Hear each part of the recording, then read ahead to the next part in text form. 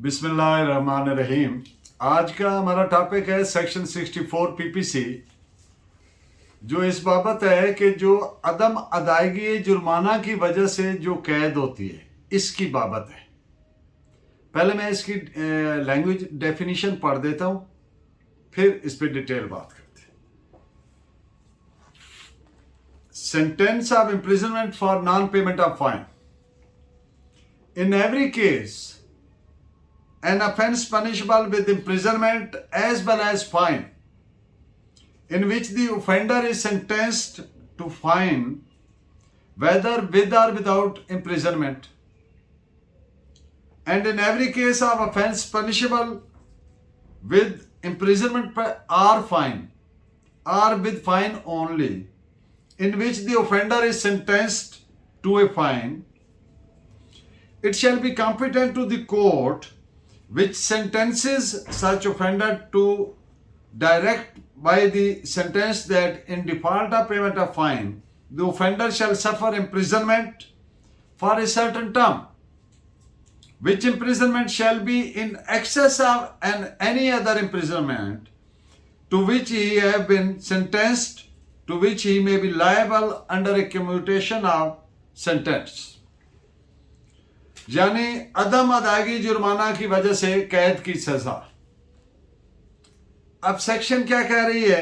हर ऐसा केस जिसमें offence punishable है, काबिल सजा है, कैद और जुर्माना विद इम्प्रिजनमेंट और फाइन, और जिसमें ऑफेंडर को जुर्माना की सजा दी गई हो, कैद के साथ या कैद के बगैर, और हर के ऐसा केस जिसमें ऑफेंस कैद या जुर्माना या सिर्फ जुर्माना के साथ काबिल सजा है, तो ये अदालत का इख्तियार है कि ऑफेंडर को जो सजा देती है कि सजा के साथ अगर जुर्माना अदा ना किया तो इतनी मियाद के लिए कैद काटेगा, और ये कैद उस कैद के अलावा होगी जो किसी दीगर ऑफेंस में उसको दी गई है, जिसका वो लायबल हो, मुस्तौजिबे सजा है जिसका, उसके अलावा होगी, और सजा में कमी के तहत जो दी गई उसके अलावा होगी।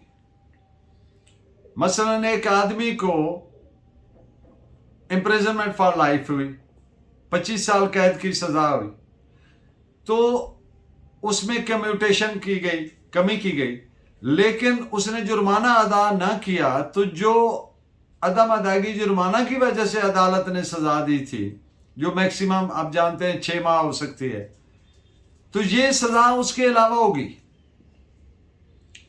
अब इसके डिफरेंट केस लॉ के जरिए ऐसे केसेस मैंने सर्च किए आपके लिए, जिससे सेक्शन 64 की एसेंस आपको समझ आ जाए, हर पहलू कवर हो जाए। सेक्शन 64 अदालत के उस इख्तियार यानी पावर को डील करती है, अहाता करती है, जिसके तहत अदालत अदम अदायगी जुर्माना की सूरत में कैद की सजा देती है। जिन केसेस में जुर्माना की सजा दी गई है, अब ये अदालत पर इंपेरेटिव नहीं, मैंडेटरी नहीं, लाजिम नहीं कि अगर उसने जुर्माना की सजा दी है तो हर सूरत in default of payment of fine कैद की सजा का भी वो सुनाए। ये लाजिम नहीं है अदालत पर, यह अदालत की स्वाबदीद है। लेकिन अगर अदालत चाहे तो इन डिफॉल्ट अदम अदायगी की सूरत में सजा भी दे सकती है, चाहे वो 2 माह दे, चाहे 4 माह दे, चाहे 6 माह दे, लेकिन 6 माह से ज्यादा नहीं। तो इस पे आप नोट फरमाएं, 2 जजमेंट्स हैं। एक है 1878 ब्रैकेट में PUN-RE number 30 eight page number 73, और दूसरा PLD 1968 लाहौर 1124। सेक्शन 64 ऐसे केसेस को भी कवर करती है जो कैद या जुर्माना से काबिल सजा है, और सेक्शन 65 जो अदम अदायगी जुर्माना की सूरत में कैद की मियाद आप जानते हैं 6 माह मैक्सिमम मुकर्रर करती है, वो सेक्शन 65 मुकर्रर करती है। यानी उसका अतलाक ना सिर्फ एसिस सिर्फ ऐसे केसेस पर नहीं होगी सेक्शन 64 जो कैद और फाइन है, इम्प्रिजनमेंट एंड फाइन वाले सिर्फ इन पर लागू होगी, लेकिन सिर्फ इन पर नहीं, इम्प्रिजनमेंट एंड फाइन के अलावा इम्प्रिजनमेंट और फाइन वाले केसेस पर भी इक्वली एप्लीकेबल है, उसी तरह से लागू होगी, अप्लाई होगी उनको। तो इस पे आप जजमेंट नोट फरमाए 1899 ब्रैकेट में ILR 22 Madras page 238। Section 64 PPC का पैराग्राफ नंबर 2 ये बयान करता है कि मिन जुमला ऐसे केसेस इंटरेलिया, उन तमाम केसेस के, उन केसेस को भी डील करती है जिनमें सिर्फ जुर्माना की सजा दी गई है। यानी उन केसेस को तो करती है ना कि जिनमें कैद की सजा है कि इतने साल कैद है इस दफा के तहत, इतने इस दफा के तहत इतनी और इतना जुर्माना, और अगर जुर्माना अदा ना किया तो इस तरह के केसेस के अलावा उस तरह के केसेस को भी ये इक्वली अप्लाई करती है जिनमें सिर्फ जुर्माना की सजा दी गई है। तो और ऐसे केसेस में भी अदम अदायगी जुर्माना की सजा में कैद की सजा दी जा सकती है। This is reported as AIR 1967 Tripura page 13। अगर ऑफेंडर को कैद और जुर्माना की सजा दी गई है, कैद की सजा काट ली, अब ये एक केस ऐसा हुआ कि जो सब्सटेंटिव सेंटेंस थी वो कन्विक्ट ने, मुजरिम ने पूरी कर ली, काट ली, पीछे रह गया जुर्माना। तो अदालत में पिटीशन फाइल की कि जनाब मैं इस वक्त अदा नहीं कर सकता, मैं ये किस्तों में अदा कर देता हूं और ये मेरे से सिक्योरिटी ले लें पेमेंट की। कोर्ट ने अलाउ फरमा दी, सिक्योरिटी लेकर उसको रिलीज का ऑर्डर कर दिया, रिहा कर दिया। अब बंदा रिहा होकर आ गया कि मैं किस्तों पे अदा करूंगा, सजा सब्सटेंटिव काट चुका है, तो रिहा होने के बाद उसने फिर वो जुर्माने की रकम अदा नहीं की, तो फिर ऐसी सूरत में अदम अदायगी की वजह से कैद की सजा नहीं दी जाएगी। This is reported as AIR 1936 Lahore page 348। अदम अदायगी जुर्माना की वजह से कैद की सजा दीगर जो दफात के तहत सेंटेंसेस दी गई हैं, कैद की सजाएं दी गई हैं, वो एक है या एक से ज्यादा है, जैसे भी है, वो जब पूरी हो जाएंगी तो ये फिर शुरू होगी, यानी उनके साथ शुरू नहीं हो सकती, ये तस्वर होगी इन एडिशन टू दैट, उनके अलावा। इस पॉइंट पे PLD 1959 कराची पेज 56। अदम अदायगी जुर्माना की सजा दीगर सजाओं के साथ कंकरेंट नहीं चलेगी, कंसेक्टिव चलेगी, यानी दीगर सजाओं के साथ एक वक्त में नहीं शुरू होगी, कंसेक्टिव होगी। जब वो सजाएं खत्म हो जाएंगी फिर शुरू होगी। इस पॉइंट पे 1991 Pakistan criminal law journal page 255। अदालत का सजा देते वक्त इख्तियार है कि वो सजाओं को एक ही वक्त चलने का ऑर्डर दे, यानी कंकरेंट होगी। 3 दफात के तहत सजाएं हुई तो उनमें जो लॉन्गेस्ट टर्म है वही कंसिडर होती है, बाकी 2 उसके साथ ही उससे पहले खत्म तस्वर होंगी। कंकरेंट है, कंसेक्टिव होती है, 3 सजाएं हैं तो एक खत्म होगी तो फिर दूसरी शुरू होगी, फिर तीसरी शुरू होगी।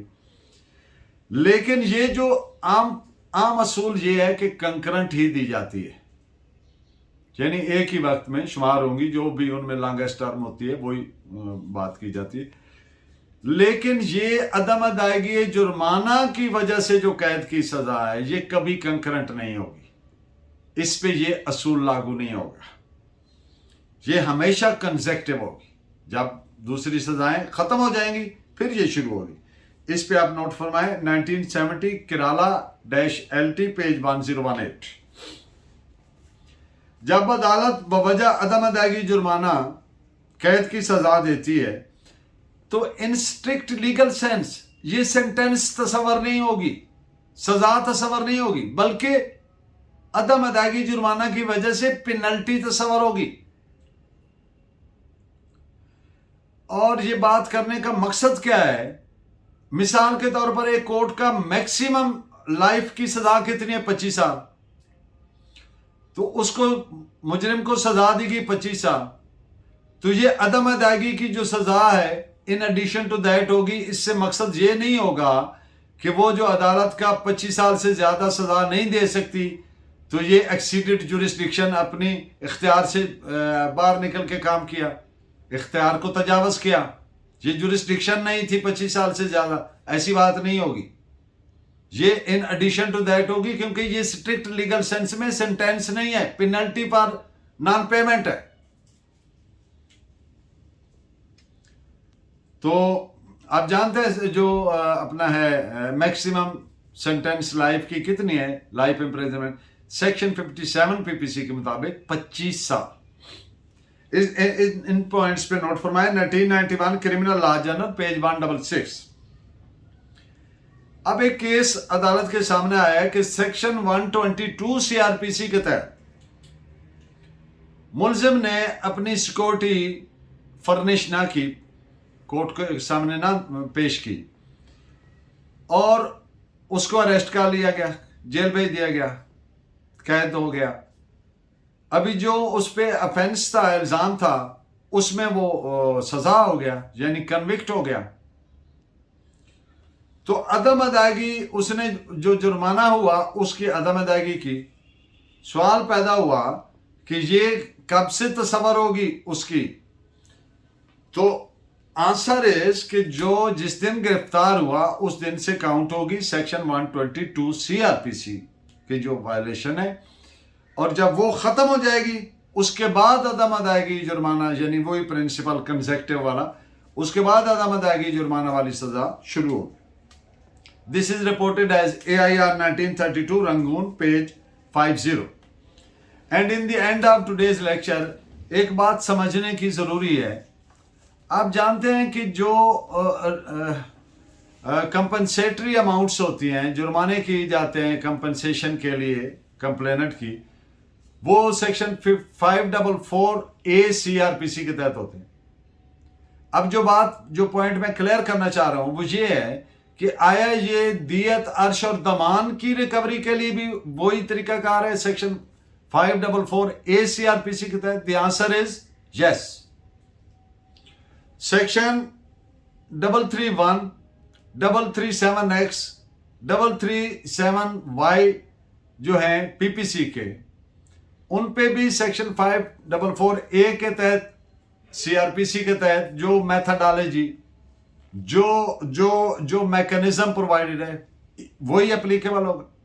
और इसके अलावा जितनी भी लाइबिलिटीज है जिस नौयत की भी, यानी कि रिकवरी से रिलेटेड, तो उनको वही मैकेनिज्म, वही methodology which has been provided by section 544A CrPC वही एप्लीकेबल होगा। भले वो दियत, अर्श या दमान की तहत रकूम की रिकवरी है, भले वो जुर्माना की रकूम की रिकवरी है। इस पॉइंट पे आप PLD 2002 Lahore page 482। Thank you very much for watching me. Keep guiding me by your valuable comments. Allah ने के बाद।